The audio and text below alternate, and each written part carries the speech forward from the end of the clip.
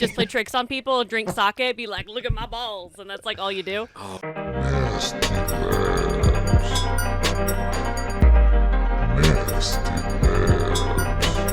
Welcome to the Nasty Labs podcast, part of the Greenlit Podcast Network. We're the podcast from game studio Chuhai Labs, where we talk about games, game devs, Japan, and whatever else comes up. As always, we are your hosts, Kinsey and Mark, so open yourself up a Chuhai and let's go. Flawless victory. Holy shit. Fuck. Wow. Kinsey, how are you? It's great to see you. How are you? I am fantastic. And do you want to know why? No. Well, that's Why are you fantastic? Hit it. As of November 8th, Okay. so just earlier this week, Yes. the Japan border has finally opened. Well, look at that. Japan is finally welcoming you into its arms. Finally. But in true Japan bureaucratic fashion, they quadrupled the amount of paperwork I have to do. So it'll still take me 6 weeks to get there. Sick, dude. So many faxes are in your future. It's gonna be tight. So many. Well, that's. I can't wait. We're excited to see you. We're excited to welcome you over here into the Chuhai family and all that kind of nonsense. I'm also doing good. Thanks for asking. But most importantly, I want to introduce our guest today, who's proceeding to fuck with his chair right now. Sorry, our guest, Peter Traylor. How are you, Peter? I'm so happy to be here on episode 16 of your of the podcast. Peter is he's an environmental artist. He's a game designer. He's a director. He's done a lot of things here with us, and he's he's wearing the shirt he designed. I made a T-shirt. He made a T-shirt. I made a T-shirt, guys. And Peter, how are you today? I'm all right. Okay. I'm about to get a lot better. Why are you about to get a lot better? If you join me on this, join me with this. For listeners, what we're gonna do is we're gonna drink an energy drink called, an energy called G Zone. We're about to crack it open here. Cheers. Cheers to Kinsey digitally. It's good to see you, Kinsey. I'm actually extremely nervous about this whole podcast thing. Going to the G Zone. Going to the G Zone. Yeah. Well, Peter, tell us a little bit about who you are, what you do. Come, give us an intro. Okay. Oh Jesus. Okay. It's his first time using a chair. This is very. All right. So I don't know. I'm Peter. I do mostly artsy stuff. Yeah. Oh yes. Artsy making things, Right. and I love all that. Just that kind of creating the whole stuff. I've been doing most. I've only worked here at Vitae Chuhai Labs. Actually, it's my only job. Well, I wouldn't say that. I think you're a lot more than your job. You're a creative dude, and I love having you on board. I love working with you, and we can't talk about what we're working on in the future, but I can tell you it's really fucking good. It's pretty cool, and yeah. Peter also did a lot of the work on our game Whitewater Wipeout. He also worked on Carve, Snowboarding. Peter is all over the map, and it's good to have you on the show. It's awesome to be here. Yeah. I'm really happy to be here. This is great. Cool. Kinsey, Hell yeah. What is going to happen in today's episode? We got a great episode today lined up for all y'all. All y'all? All y'all? Yo. What's up, girl? All y'all. What's up? As always, we're going to start with What Up, where we talk about what we're playing, and then we're going to be moving on to our main topic, which is the Xbox, and I'm real excited about that. Way more excited than I possibly should be, but I'm really excited. And then, of course, it's news, and then we'll answer your questions from Discord. Okay, cool.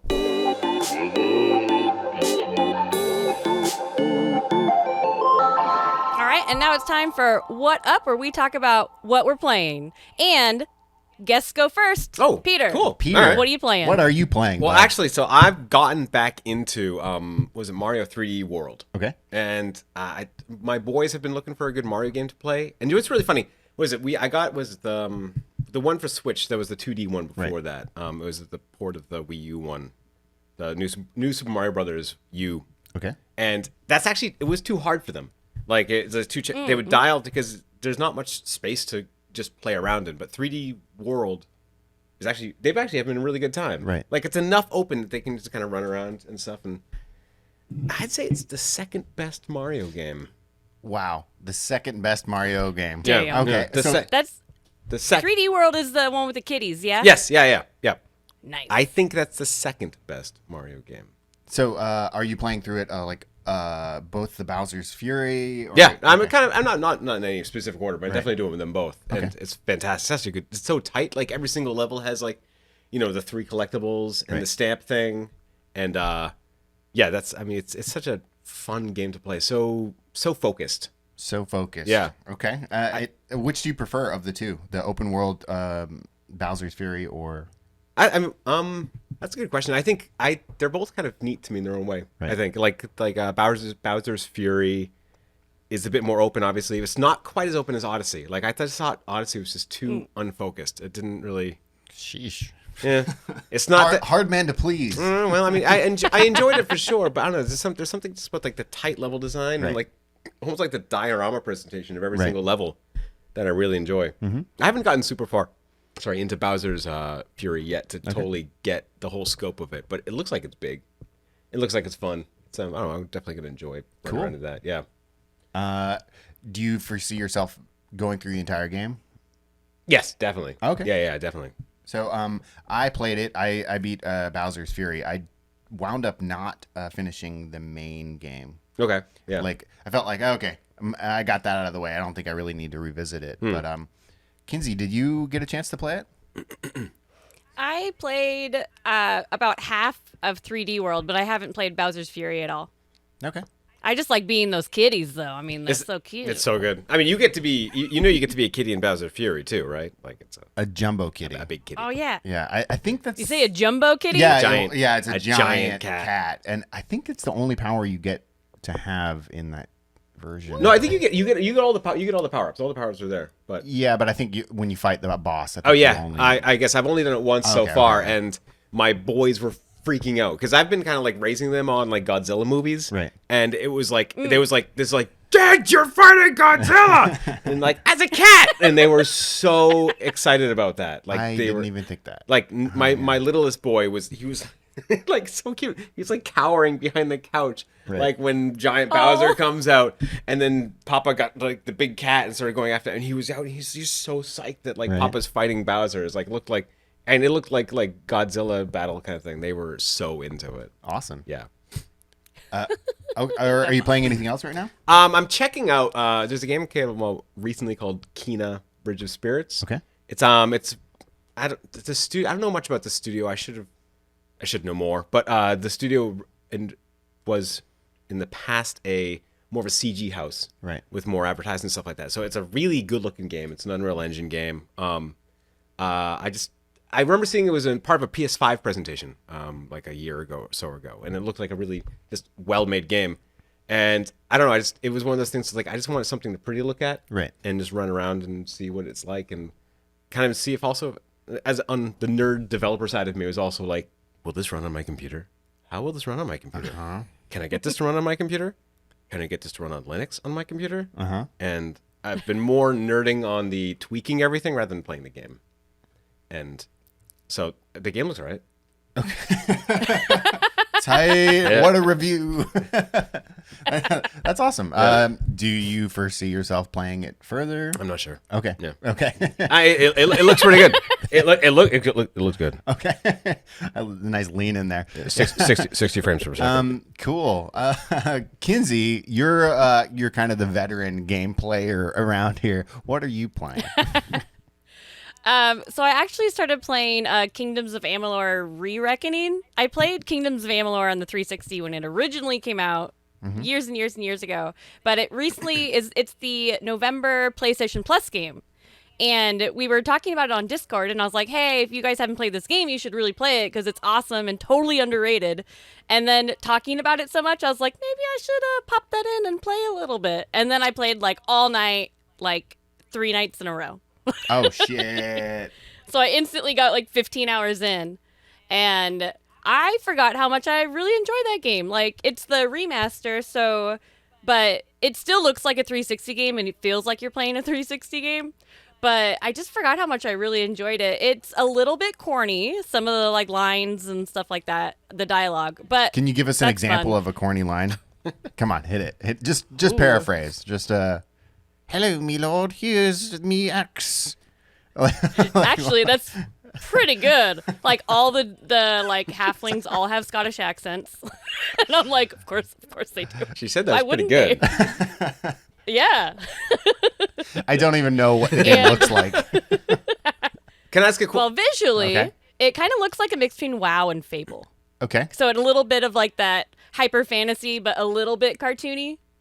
Okay. So it really has that look. And I think the coolest thing about it that most people don't realize is that it was written by R.A. Salvatore, who wrote like a lot of the like Dungeons and Dragons novels. Like he wrote a bunch of the the Drizzt novels, and I've like read all of those, and a bunch of the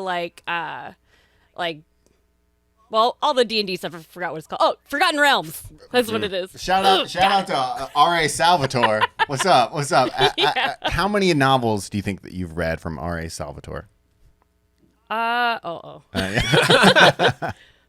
lot. I'm a great big nerd, and I read all the like D&D books, so I probably read some embarrassing number, like I don't know, 15. Tight. That is so tight. Okay. But I really enjoy it. I haven't played it in a while, and I'm really enjoying trying to play as a different character because the like class and leveling system is really fun. Like you can have the standard, like warrior, rogue, wizard kind of thing, but you can also cross class. So I'm playing as like a rogue mage, so I'm like a shadow caster, and it's fucking rad. Sweet. I remember hearing a lot about that game a while back, but I haven't thought about it in such a long time. Like, wasn't that made by like that studio that went out, right? Yeah. It was in Rhode Island, wasn't that the studio? Like, Yeah. No, you're totally right. I'm just trying to remember the name. Kirk but yeah, Schilling's studio or something like that, and like they were gonna make a giant MMORPG, and this was like the first one of a thing, and then the whole situation didn't work out, and then Rhode Then everything just Rhode went Island to sued shit. them or something like that. Yeah, The state of Rhode Yeah. Island. like the state of Rhode Island's about the size of this building, Right. Yeah, so I mean, like if they run out of money, They then collectively sued this company for making a great game. No, they burned a lot of money. I think I don't want to talk too much because I totally forget the story, but like No, I remember the story being really like make it up. interesting, Yeah. and like they wanted to make Amalur like a series, Yeah, like yeah. Elder Scrolls or something yeah. like that. And there's actually like R.A. Salvatore wrote way more lore than is in the game because it was supposed to be like this, new like world and a franchise. Yeah, But at least we got the one game. Tight. and it looks really good too, doesn't it? Like it's supposed to be like a really fantastic looking game. Yeah, I think it's beautiful. Yeah. It does still look like a 360 game, so it definitely has aged. Yep. But I think it's beautiful. It's like a lot of like brighter colors. So like very WoW Fable, like cartoony but real. And great. will you continue playing this game? Most likely. I mean, I've already played it once, so I'm sure I'll get to a point where I'll be like, oh, I played it. But I don't know. I've been playing it a lot more than I thought I was going to. First, I was like, I'm just going to play it this one night, just to like remember it. And then I just kept going. So I guess we'll see. Oh, okay. And can we get a Destiny update? We know listeners and viewers know that you every year you play Destiny for about 99 hours for like a weekend. Yeah. Did you collect all the crap, all the token pumpkins and the chocolates? I got most of the stuff. Like on Halloween, because it went through November 2nd was the Halloween event in Destiny. And I had 2 more masks to get. Granted, I got all the masks I wanted already, but if you get all of them, then you like also unlock this vehicle that I thought was kind of ugly, but I was like, but I could get it.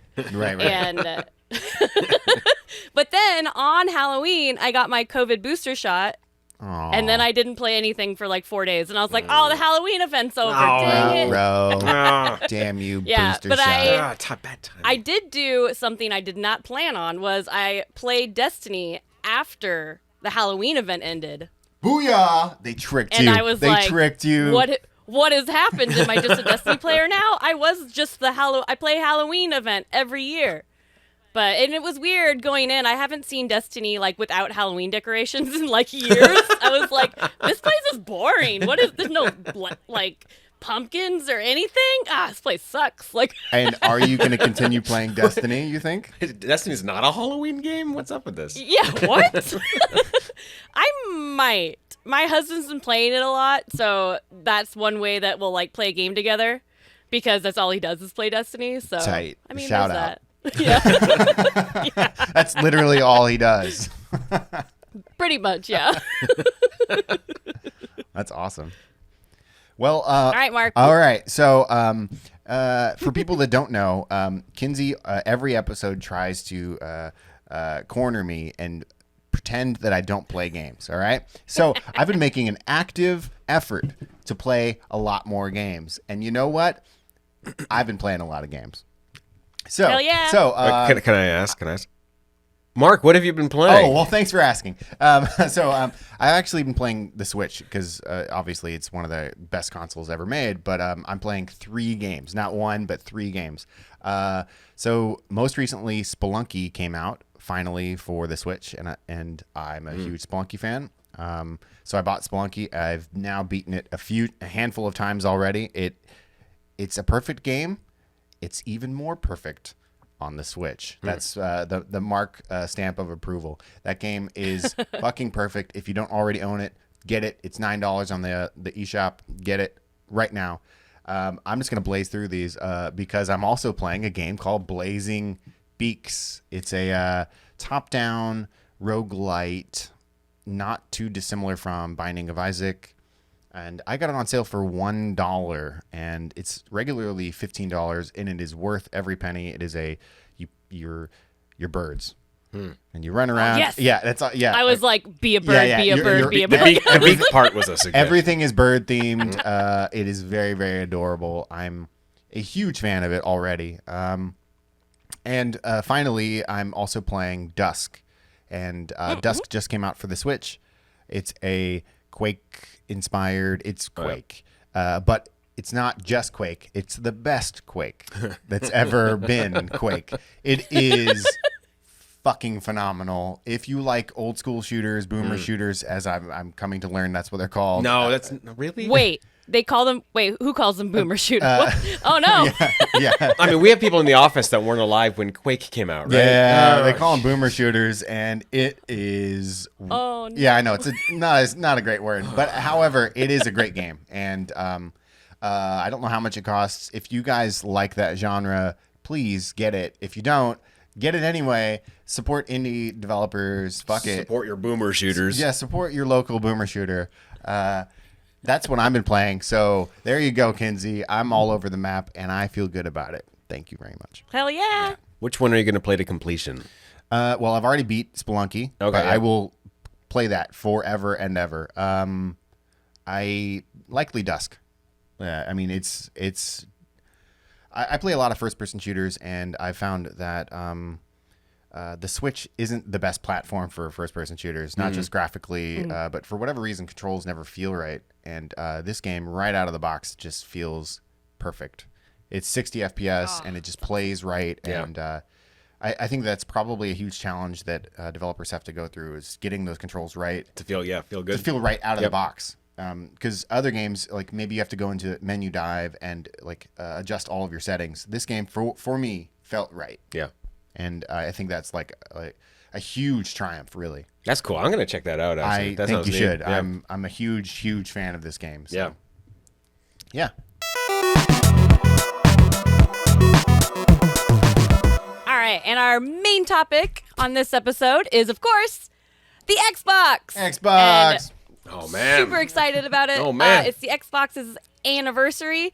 It was released November 15th, 2001 to compete with the PlayStation 2 and the GameCube. Were you guys Xbox people? You have some Xbox stuff? Kinsey, I gotta tell you, I am an Xbox person. Okay, but You are. Before we get really deep into it, I did not get it at launch. That was at the cool era of Mark, where Mark was defiant and also like I didn't play video games because those were for kids. But I would also get totally baked out and hang out with my buddies and play Halo 1 during launch. So I was kind of a hypocritical piece of shit. And but later on, I came to absolutely love the Xbox. I think it's one of my favorite consoles of all time, and I'm really excited about these memories and whatnot. So I'm going to pass it over to you, Kinsey, because I think you probably got one at launch, didn't you? Yeah, if not at launch, really close to launch, because I went to like my first, when Halo came out, and that was a launch title for the Xbox, I went to my first LAN party and played Halo, and I was like, all right, this game's pretty sweet, but I knew my computer wasn't going to run it, so I was like, okay, I'll get an Xbox, and that's when that started. Man, I loved playing Halo. And like when I went to college, because I got the Xbox in my like senior year of high school, and then when I went to college, you could plug the Xbox Ethernet cable into the dorm, and you were just connected to all the other Xboxes in the whole dorm. Yep. And it was basically the coolest thing ever, and that's why I was on academic probation my freshman year. It's why I dropped out of college. I mean, I like absolutely Halo 1 and then later Halo 2. Just being able to plug in your right into the Ethernet, right into the wall, and suddenly I'm playing basically everybody on the entire university. Like, how dope was that shit? It was so out of sight. God, I loved it. Did you have a Xbox at launch, Peter? I didn't. So my situation's funny. I was actually working at a little-known store called Electronics Boutique at the time. So I was there for the Xbox launch, and that was kind of fun. I mean, I think I found the Xbox interesting on multiple different levels. I actually didn't get it at launch one. I got one a little bit later, and I didn't get Halo. I was a PC nerd at the time. So, but like, I had an Unreal Tournament. Like, why would you play Halo? Whatever. But there's a good reason to play Halo. I know that now. I was a bad person then. But like, the context around the Xbox was so cool because like you had that whole generation kicked off. I'm not sure if that generation is now not. This might be kind of inflammatory. Is the worst game generation or one of the better ones? We can talk about that on a different podcast. Sure. Yeah. Just because, I know. But people have a lot of different opinions. But I mean, maybe not. The Dreamcast came out, right? The Dreamcast kicked off the whole thing, right? Sure. But then, then you had the PlayStation 2, and then you had the GameCube, and at the very end, the last console to release is the Xbox. Now, also at that time, for like us PC gaming nerds, NVIDIA was doing something cool. They're about to put out the GeForce 3. This thing was the card that would run Doom 3. Like, and Doom 3 was like a big moment. Like, this is like, you saw those shadows. They had like normal maps were becoming a thing. Like the graphics, when you saw the graphics for on Doom 3, they were like, this was next level stuff. Like the PlayStation 2 couldn't touch this. And then they said, and the Xbox is going to have a very similar GPU inside. And it did. The Xbox was essentially just like a PC, right? It's like it had basically a Pentium chip in there, or was it played DVDs? Well, not without the DVD remote thing that you have to plug into the front. In stock, OG Xbox did not play DVDs out, and which was really annoying. Yeah, and if you ever lost your little like toggle thing that plugged into the controller slot, the little IR sensor thing. Wow, I totally forgot about that. Yeah, no, that was one of the most annoying things in the entire world. But also, it was with the first console to ship with a hard drive. Oh, because you could put MP3s up on that joint. Yeah, I mean, but like, keep in mind, like, I was working at Electronics Boutique, so one of the main things that we sold were was it save cards that like for the PlayStation 2, because PlayStation 2 had a save card. The Dreamcast had the VMU slot. The same with the GameCube, and this thing just had a hard drive. Like, it was just badass. And it had, for all accounts, it was just a PC, and that was wild. It was PC. It had like a literal GeForce card in it, like a GeForce 3. And Doom 3 eventually came out on that thing too. Right. And Half-Life 2. Yeah. Half-Life 2 also came out on the Xbox. I mean, talk about. Doom 3 was the very first game I played with that did the surround sound. And Doom 3 was the one that was like a little spooky. Yeah, okay, and so I remember the very first game ever playing with surround sound, and you would hear like footsteps behind you. And I just remember being like, ooh. Like, oh my gosh, yeah. Games can't get any better. Like, so if I can, the whole retail situation was kind of neat for me. Because like you could kind of see how the company wanted to approach marketing the system in your country based upon their little kiosk that they would put, or little thing. The Dreamcast was this cute little pod, like this little thing kind of in the corner. It was really short, really tiny, kind of sad. And it was always just playing Sonic Adventure and just having surfing down the San Francisco mountain or something like that. The GameCube, I forget. The GameCube was kind of cool looking. The PlayStation 2 was kind of cool looking. But then we got the Xbox, and it was this monolith of this presentation. You put it down, huge. right? It had a giant TV, CRT, I think still, and it had this base system that when it turned on, because when the OG Xbox when it turns on, like it's like the that was like a plasma going, Right. It Yeah. literally went like that, and it like when we turned it on, everyone in the store looked at that thing, and it demanded a presence, and like it was just exuding this power, and from that point on, then it was just playing Fusion Frenzy, which is just, Which is awesome. I mean, what were the launch titles for that thing? I remember a few. Fusion Frenzy was one. Oddworld Munch's Odyssey. Halo was a launch title. And what else? Like BMXXX. No, that was later. Oh, okay. And Azaric, I think, was another one. I don't know. I forget. And there was probably a couple more, but those were and Fusion Frenzy. Oh, Bloodwake, I think, was the launch title too. Was the volleyball game? Been, yeah. Was the volleyball game with the naked ladies? Was that a launch title? They weren't naked, and no. Okay, I thought they were.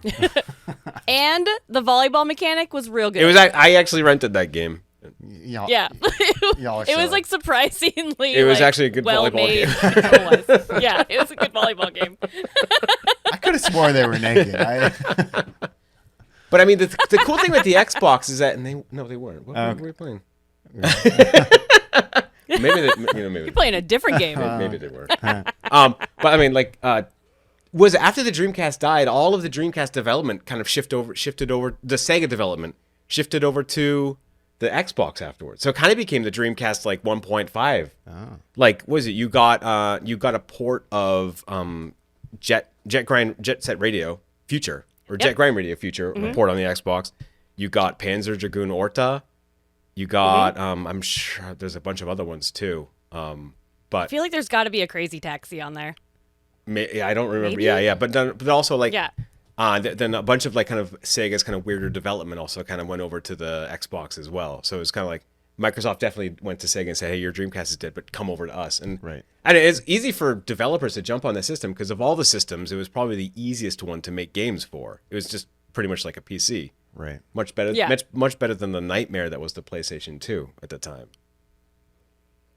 Yeah, like I remember I bought my Xbox, I bought Halo 1, and then like I didn't have a bunch of money left over, so I bought just like a bunch of crap games.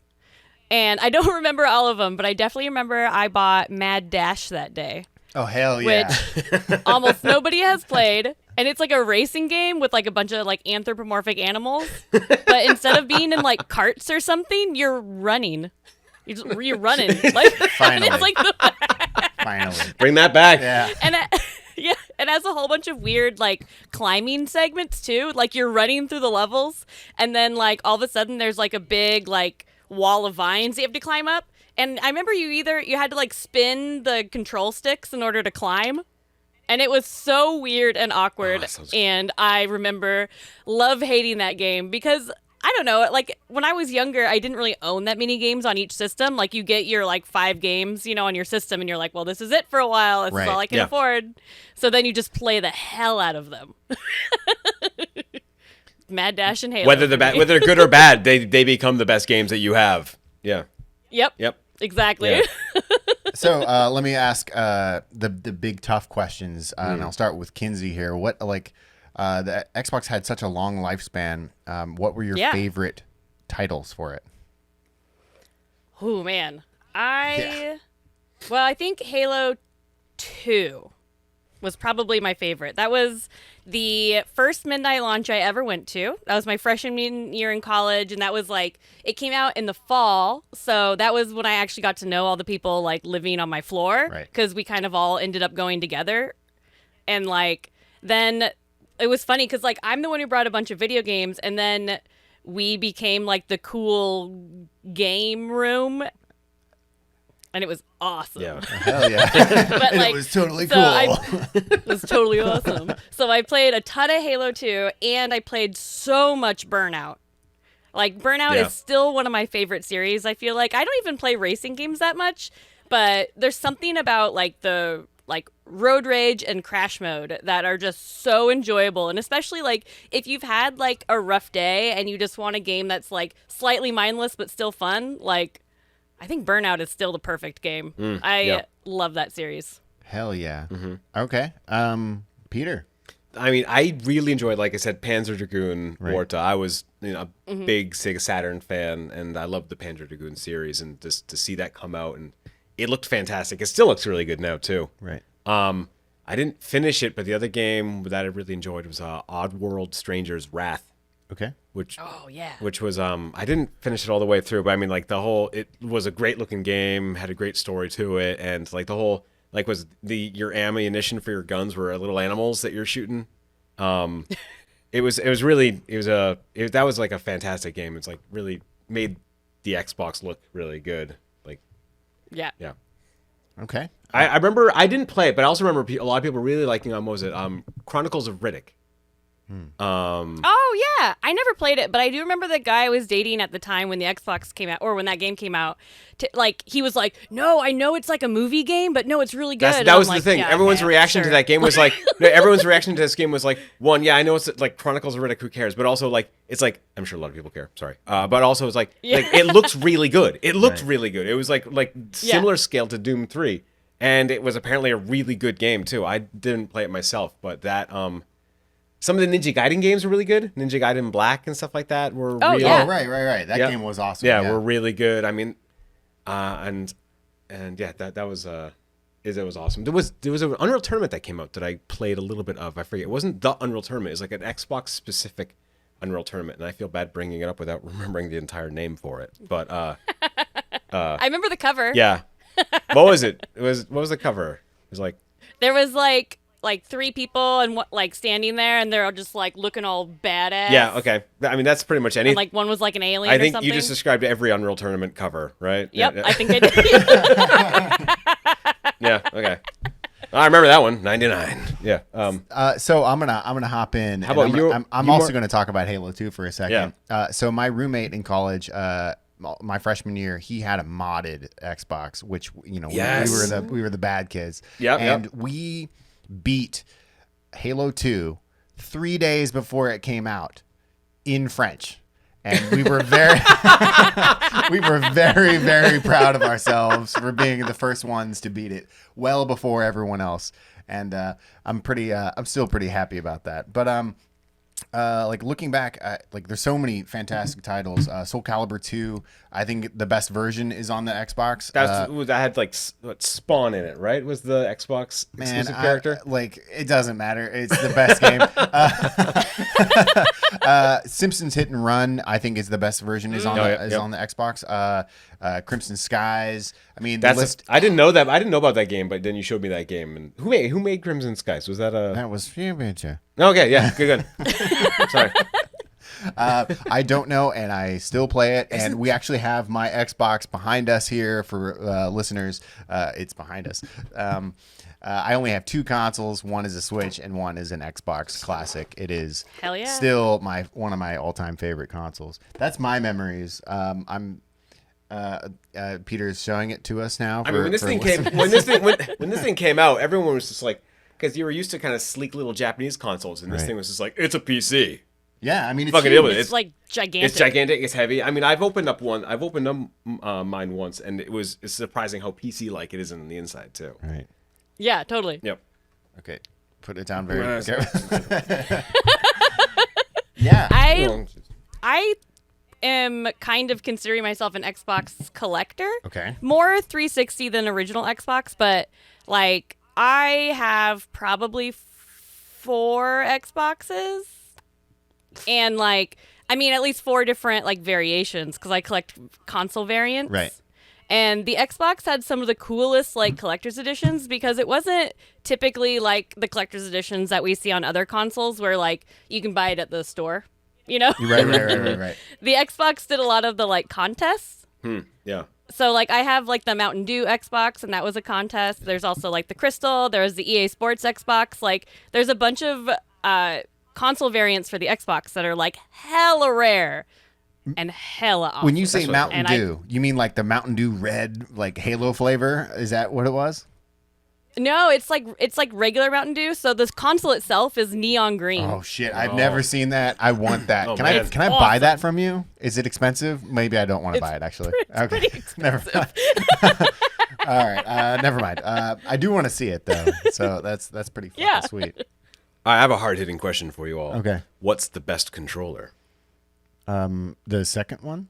The Xbox Controller S. Yeah, not the club or whatever it's called. The Duke. Yeah. The Duke. When the S-Type came out, I remember being like, no, I don't want to use that because I was so used to the Duke, and Right. I used the Duke for like such a long time. Right. And I don't even have like giant hands or anything. I don't know why I liked it so much. Probably just because I was used to it. But I don't know what I would say now. But for the longest time, 360 was my favorite controller. Yeah. I do think the 360 is one of the greatest controllers. Yeah. Still, like it's really, really Yeah. amazing. And we can't. And it has the best variants. Because I also collect Xbox 360 controllers. Okay, all right. I think you opened up a can of worms here. How many Xbox 360s do you own? The console? Sure. The console, I don't have too many. I have maybe 4. I have the Star Wars, I have the Gears of War, I have a regular Slim, and I have a non-Slim. So I guess 4. And how many Xbox Ones do you own?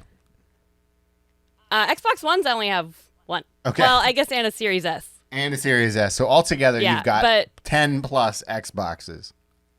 Correct. And I probably have, I don't even know, 25, 30 Xbox 360 controllers.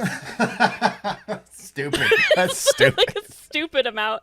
I was putting them all in a box to store at my parents' house because I'm not taking them to Japan and I'm not going to store them somewhere or anything like that. Right. But I was putting them in boxes to go there, and they wouldn't all fit in one box. So I have like 2 boxes that's just labeled 360 controllers. They're not going anywhere. So Kinsey, you've got a cool little talking point, and it's called Xbox has changed, evolved. Tell us about that. yeah. Just because I think the Xbox is such like a cool story because it's one of the first like systems that was like from an American company that was super popular. Because like the one before the Xbox was the Atari Jaguar that came out from an American country American company. So Xbox is one of the first, and I think that it's so interesting because the way they marketed it, it was very much like the cool like teenager adult system. Right. But then it didn't take off really around the world. Like it was most popular in the US. Like in Japan, it wasn't super popular. There's a few like Japan exclusive games, but now they're kind of hard to get because people didn't really play Xbox. Yeah. And like especially now, like if you think of the Xbox now, so the Xbox Series and Game Pass and how amazing that service it is, and I like how I've become the weirdest like Game Pass fangirl from trying not to buy games. Right. Like, you know, having it in there and start with the original Xbox. I just think their story is really cool. And they're also one of the better companies to handle the backwards compatibility as well, I think. Oh, totally. Yeah. That's a good point. Like, I mean, I remember, what was it, when the PlayStation 3 first came out, they actually had a specific chip in there for the PlayStation 2 games. But I mean, like, Microsoft has been constantly just, like, doing the work to make those games work. Now, like, it's like, if you put, like, an original Xbox game you can put one into a new Xbox One. What is it? Actually, I don't remember the name. Series X? Series X, right? Like, Series X. yeah, and like it upscales it, I think, like, or like it renders it at a higher resolution or something like that. Yeah. Depending on the game. Yeah. Like you'll basically download a newer version of that game, and so you can play it that way. And then you just need to put the disc in to prove that you own it. Yeah, I mean that's absolutely bonkers to me that they're actually putting that much effort into their library and like making sure that like the things that worked in the past continue working on each iteration of their console. Like, I don't think any other maker has done that to that extent. Like, It's like they care about their end customer. They want to keep you for life. yeah, Like, yeah, Like by having these little things, like knowing that I can play Crimson Skies in a modern platform is pretty amazing. Just by owning something that I bought in 2003 or whenever the game came out. Yeah. You know? I mean, for comparison, Yeah. what their GameCube was out at the time, right? And the likelihood of you running a GameCube game on a Switch is non-existent. So I mean, like, Right. So I mean, it's so cool that I'll get it to fit. Baby disc, just smush it in there. is that a podcast title? Yeah, I'll get it to fit. All right. Yeah. I think you're right. Yeah. So did everybody own all the successive consoles as well? No, I after I had my Xbox, I think what did I get after that? I actually kind of didn't get into consoles. I followed them, but I didn't get anything much after that until actually I got a Wii U. I got really handheldy after that. Got it. But nothing, no Xboxes after that. I stayed with Xbox, and they own me for life. I'm still waiting to buy an Xbox Series X. They're not for sale yet in Japan, or they are, but they're just not common. So I'm still in Microsoft. Please let me have one. I'm still in. The 360 was like one of my favorite consoles. Yeah. I played so many games on that system because it was also one of the first like Xboxes that had a good amount of RPGs on it. Because at first, that's what I played on my PlayStation. It was like I had very, very different libraries between my Xbox and my PlayStation 2. And then when the 360 came out, a lot of those like RPGs and JRPGs finally started coming out on the Xbox. And there was even some that were exclusive to the 360. Right. It's like And- Blue Dragon, right, was one of them, and Yeah. yeah. Blue Dragon was excellent, Yeah, and there like was- Lost Odyssey, Yep, yep. and some really good ones. And I still had a PS3 that was mainly like my like JRPG and imports system, but I pretty much exclusively played the 360 in that generation. Damn. So I guess we all love Xbox is the real crux of this conversation. I mean, good topic. Yeah. I mean, if you're not, you might not want to get into it this time, but I mean, like Xbox 360 was basically the console that jump started the whole indie game revolution thing. I mean, it Like, is if safe to say. Oh, Yeah, yeah. if it wasn't for Live Arcade, then that probably wouldn't have gotten off as strongly as it did, and so Yeah. that's a huge Oh, thing. I miss Xbox Live Arcade. Yeah. That Hydro Thunder game on Xbox Live Arcade was so good. Hydro Thunder. God, it's good. Hell yeah. Well, is there anything else that we should talk about this key to the Xbox history? It has an Ethernet port built right into the back of it. Look at this thing. Like, you don't even have to get a You separate. didn't need no crappy didn't need another adapter, like adapter with for the it. You just- GameCube and the PlayStation. and the Dreamcast, they all needed another Yeah. another Ethernet broadband adapter. I like that that's where we ended. It had an Ethernet. I mean, at the time, that Ethernet adapter, hard drive. I mean, that was that Yeah. exactly. You could take it to a college dorm, plug it in, And just it worked. play Halo and ruin your college career. Which I mean, at least one of us did.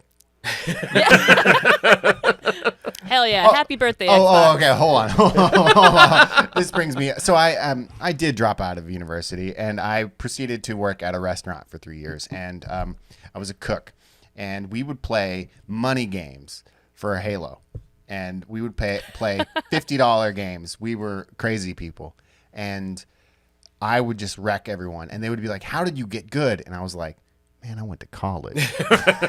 Yeah. Man, I played so much Xbox in college. Like, I dropped out of college. I did end up going back and finishing, but I dropped out of college and started working at Game Crazy, which doesn't exist anymore, but it was a game store, and it was great. Then I got a discount on games, and then it took me even longer to go back to college. yep. Best thing about working at a game store is the discount on the games. Yep. And like Game Crazies were awesome because they were connected to Hollywood Video, which is like a video rental place. So you also got free rentals. Oh, yeah. And they also have games. It was so good. All right, it's time now for the news. News. It's time for news with Kinsey and Mark. What's happening in the news right now, Kinsey? So the big thing right now in the gaming world is the Animal Crossing's New Horizon 2.0 update. It's out now. And it even came out like a wee bit early, which probably made a lot of people really excited. And it adds like so much to the game. Like I couldn't even like list all the features here because there's like a bunch of new items, bunch of new DIYs. There's now cooking recipes. Like you can now enact island ordinances, just like in New Leaf, I believe. Brewster's Cafe is back, and there's just like a crazy amount. And not only is there the free update, but there's also the Happy Home Paradise DLC that launched alongside this update. And you get it for free if you have the Nintendo Switch Online expansion pack. And if you don't, it costs money, obviously, but I don't know how much it is. Not that much, but yeah. Animal Crossing. That's a lot of words. I had fully planned on playing it before, like when I put it on the news slide. I was like, yeah, because it's so cool. I see everyone talking about it on Twitter. Like all the stuff is so cool. And then I never played it. I did download it though. Good. Tight. Step one. Wow. Hell of a news story. So I'm gonna chime in for a second. Oh, you're gonna chime in. No, I just remember, and then one of the most important things I think this came out too was it the little gyroids. Oh yeah. Yeah, I think they're my favorite. They're like little like Are those things in your butt? No. See a doctor. Yep. The hemorrhoids that make music. Yeah. Season 2 brought some weird stuff, but the little collectible guys, right? When they make little sounds and you put them inside your house. Yeah. If you put them all together, they kind of look like fire hydrants. Yeah. That was a notable exclusion from the beginning of this because they've been pretty much in every other Animal Crossing, and now that they're there, it's kind of like a cool little gyroid. Yeah. I like the name. Yeah, now I gotta go back in the game because in all of my Animal Crossing houses in the past, I make my basement like really creepy, and I just fill it with gyroids. So when you go down there, it's like silent except for them. It's like a weird like murder basement. I love it. Cool. Can we go visit your island? I don't need to. Okay. Only once. You might not come back. Some weird sex dungeon. I'm not into it. She said death. Yeah, I think my Animal Crossing basement right now is where I put all the like weird medical items that you can get. So I'm keeping the theme alive. Mark's still right. I don't know, man. Getting probed and all sorts of cool stuff with my gyroids. What else is in the news? Almost as rare as your musical hemorrhoids is Game Informer is doing a brand new ultra rare limited magazine called Game Informer Gold. It's going to have gold foil covers, high gloss pages, and come in runs at some point as small as 25, which is crazy small runs for a magazine, but they're like crazy high quality, and they haven't announced too much yet on when they're gonna start these, so they just said keep an eye on their social media. But like I think this is like kind of cool, and with a run as small as 25, I'm also like, well, I'm not gonna get one. Yeah. I immediately looked this up when I saw this in the news, and I don't know where I land on this. I don't know how I feel. Like I think it's a cool idea. Like I think Game Informer is a really important magazine, and it's great that it still exists. But is this the right way? I don't know. This seems like kind of a weird way to get people to buy it. How do you get them? They haven't announced it yet. It's kind of like the whole thing with all the companies, limited run, special reserve, super rare, doing all the limited print of the games. But this is like almost taking it to a different level. Yeah. It's just the special edition, and I mean, it seems really cool, I guess. I have a subscription to Game Informer. Do either of you have? No. Do you think you're going to get one? No. Do you think they'll send one to you? I doubt it, because there's like 1 million people that are subscribed, and I don't think it works quite like that. But I mean, maybe that's the thing. Maybe only 25 people are actually subscribed. It's kind of like... Well, I mean, when you go to GameStop, isn't that the first thing that they try to do? Is they try to upsell you on the subscription like every single time? But I mean, I'm excited that they're forward thinking by doing this. It seems like a really cool idea. I like trying something new. I like seeing like print-based media kind of doing stuff, right? And trying to stand out and be. I mean, maybe they're kind of recognizing that print media isn't as big as it used to be, obviously, but like it can still be interesting, and I'd like that. It's probably a way to compete with all of these like really hyper-specific magazines that are coming out, like quarterly magazines that are maybe kickstarted or like really small print runs that are like really high-end. I'm sure that's what they're trying to compete with and try to stay modern. Either way, I'm pretty excited for it. Yeah, I just want to see one. I was like, gold foil covers. Ooh. Like...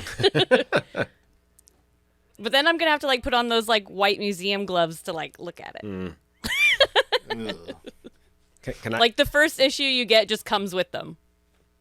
I love it. I love that thought of you in the dungeon just reading your magazine. The gyro dungeon. Gyro in the back. Gyro in the back. Occasionally going. Yep. I love it. And then our last bit of news. The reason I bring this up is because a few episodes ago, we talked about donuts. Right. And I was like, well, if there's ever Pokemon ones. And guess what? Sure. Starting on November 12th, the Japanese chain Mr. Donut is launching all new Pokemon donuts featuring Pikachu, Eevee, Piplup, Pachirisu? Pachirisu. Did you really just say that? Glaceon. I was like, I know all of them, but I can't say this Pokemon's name.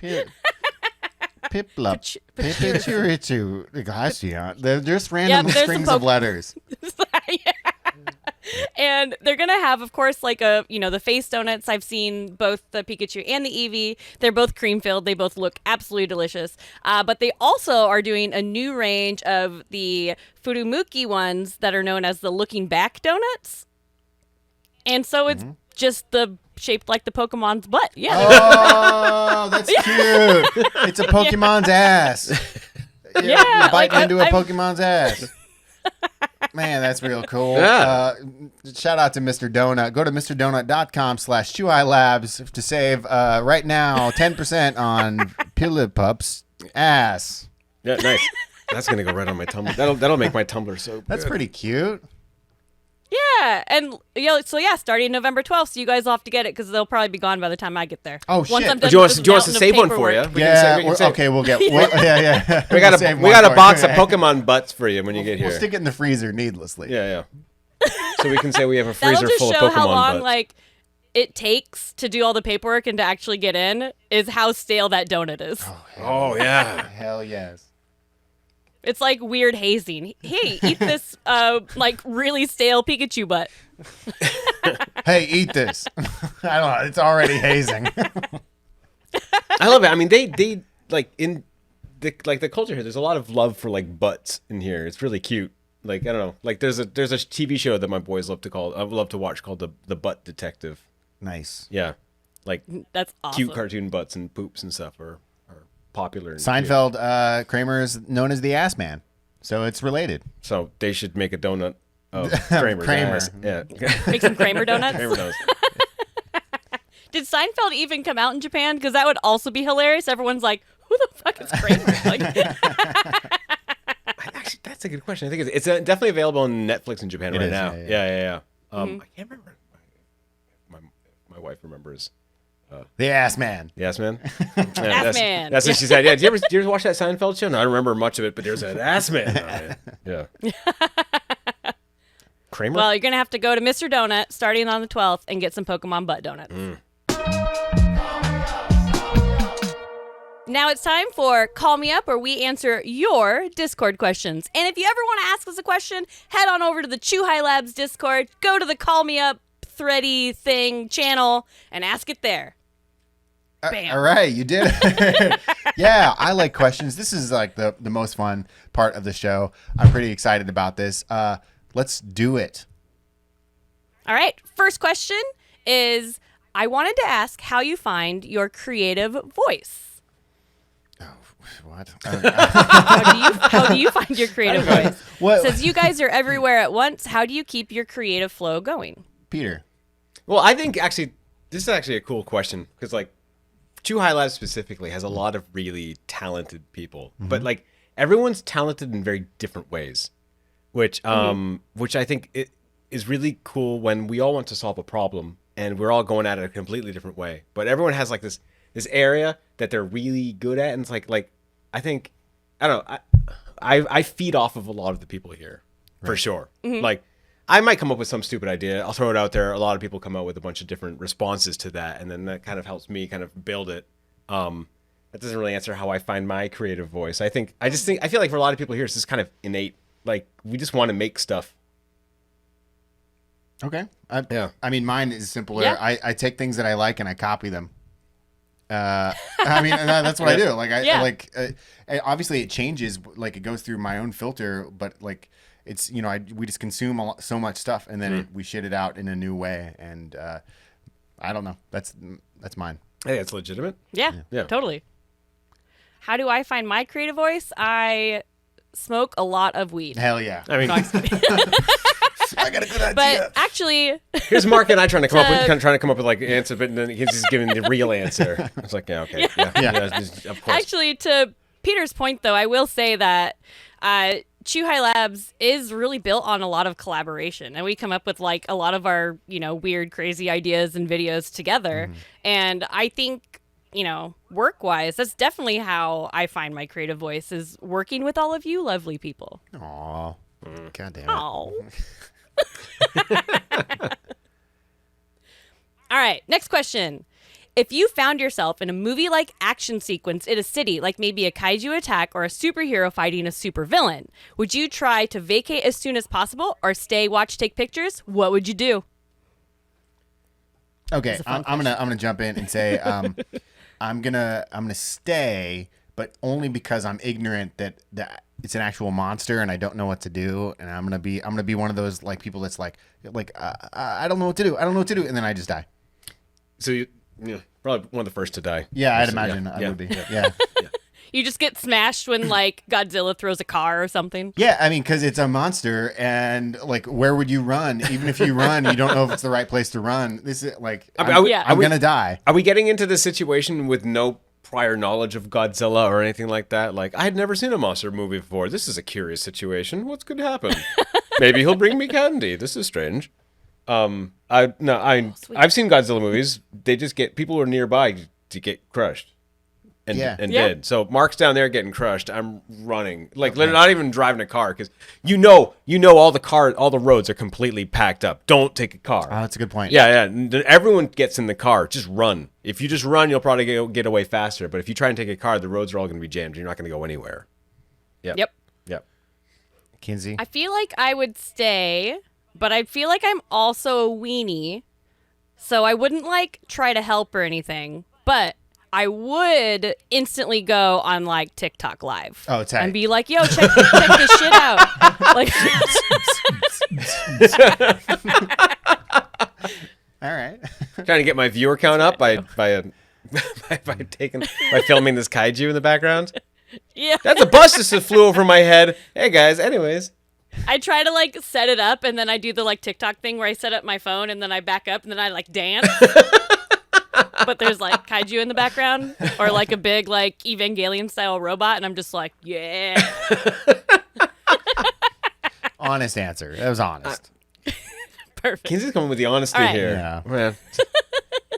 Next question. I actually really like this question. I don't know why I like it so much, but I do. So, question. What is your ideal day off like, and what is your average day off like? I imagine I imagine we're all going to say the same thing, right? Okay, maybe not. Maybe. You guys are going in a different direction. go ahead, You all laughed hysterically. Yeah. Like I don't know. I want to go do something. I want to like hop on a bus and go somewhere fun, and that's what I want to do. Now let's talk about what I do. When I wake up, I check Twitter, and then I make breakfast, and then I play video games for 9 hours. That's what I actually do. Yep. Okay.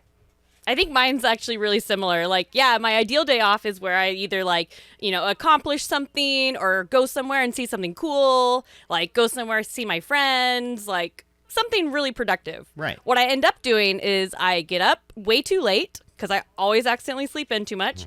I make coffee, and then I sit on the couch and I look at TikTok, and then all of a sudden 2 hours have gone by, and I go, fuck, Kinsey, you should do something. And then I play video games. Yay. And then you feel like you've done something. All right, Peter, you're a father. Yeah. What's yours like? So it's just funny because like what you guys want to do is actually what I have to do, and that was actually a significant change in my life. When Punish children? Yeah, just what? Jesus, Mark. No, like so when they get up, I can't sit around and look at Twitter or something like that. Right. Like we have to do something. So on my days off, what they usually are is that I will actually take them and we will do a thing. Like we will take the train to Arashiyama. We will go somewhere. We will do something because they have to get out of the house. Otherwise, they will burn the house down and each other down as well. Cool.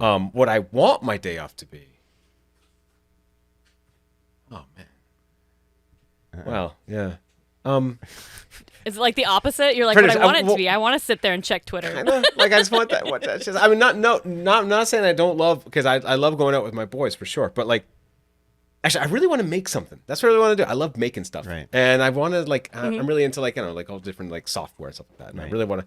I have these. I just want to make something. I want to have a day with no children and no work, and I want to make something really cool. Right. Game related thing, Sure, of course. sure. But yeah, I just want to. Yeah. I want to have that time. Okay. Yeah. Nice. Nice. Next up, indie studios around the world all bring something unique to their games based on their location. How does being located in Kyoto inspire the work at Chuhai Labs? I mean, we're in Kyoto. We're in one of the most beautiful cities in the entire world. The fact that we get to meet so many amazing developers also from around the world that want to come visit us. The fact that Nintendo's just right across the street. Yeah, there's so many things that it brings. Definitely. Even, I don't know. Peter, maybe you can chime in. A bit. I mean, one of the reasons why I kind of left America in the first place, without going super deep, it's just like it sounds really weird, but like the space utilization was terrible. Like you walk into a Walmart, it's just like gigantic, like empty cavern of a place full of stuff. And in Kyoto, walking around, like you walk down just like 10 feet, and it's just like something amazing new is there. And there's always like little discoveries to be found. And like the whole efficient usage of space has actually kind of been like a thing that I found kind of gone into my my work and world design stuff. Is like, how do you like making something interesting and making it putting a lot of stuff in, but also kind of focusing it, like packing stuff in, and kind of that's such a Japanese thing if they do it so well. I mean, was it Breath of the Wild? I remember there was some talks about GDC a while back about like how the shrine location, the where they put points of interest was actually kind of based upon the scale of Kyoto, like how far you have to go before you find the next interesting thing. Oh, that's awesome. And that's, I can totally see that because Kyoto has a kind of a similar feel. That like if you walk for like 15 minutes or something, you're gonna get something interesting. And so it kind of you kind of build in this almost like this innate sense of like this is how you have to go before you actually find something, a point of interest. And Kyoto is full of points of interest. So I think I've tried to identify that, and I've also worked hard to kind of bring that into my work as well. Right.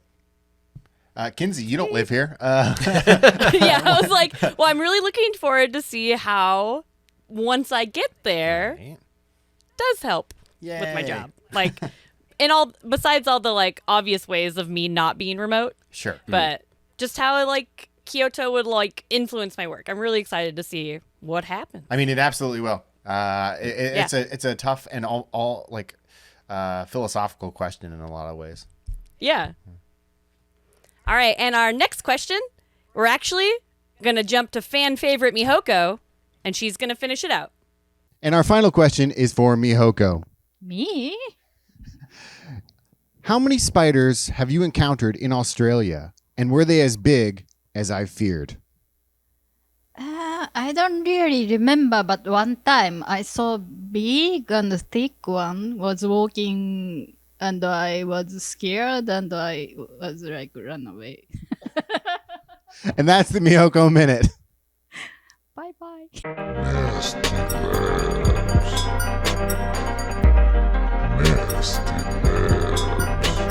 All right, well, that's all the time we have. Just want a quick reminder of our Halloween Forever event in Carve Snowboarding is currently still happening until November 26th, so you can still get your trick-or-treat on. And be sure to wishlist Cursed to Golf on Steam right now. Right now. Peter, thank you so much for being on the show today. This has been a massive honor. You are a swell guy. Well, thank you so much. Yeah, it was so fun. Before we get the hell out of here, where can people find you? right on here. social media? I don't really use Okay, you can go to twitter.com/PetersPalace. Dude, I don't. to find Peter. If you really want to.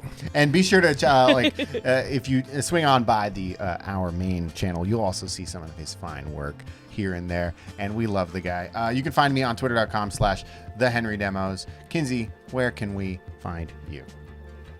You can find me on the internet at Kinzilla, Kinszilla, on all the things. Mm-hmm. And as always, you can find Chuhai Labs at Chuhai Labs on also all the things. Hell yeah. Do you have any closing words for us, Kinsey? As always, a big thanks to the Greenlit Podcast Network, and thanks to everyone for listening, and we'll see you in 2 weeks. Bye. Bye.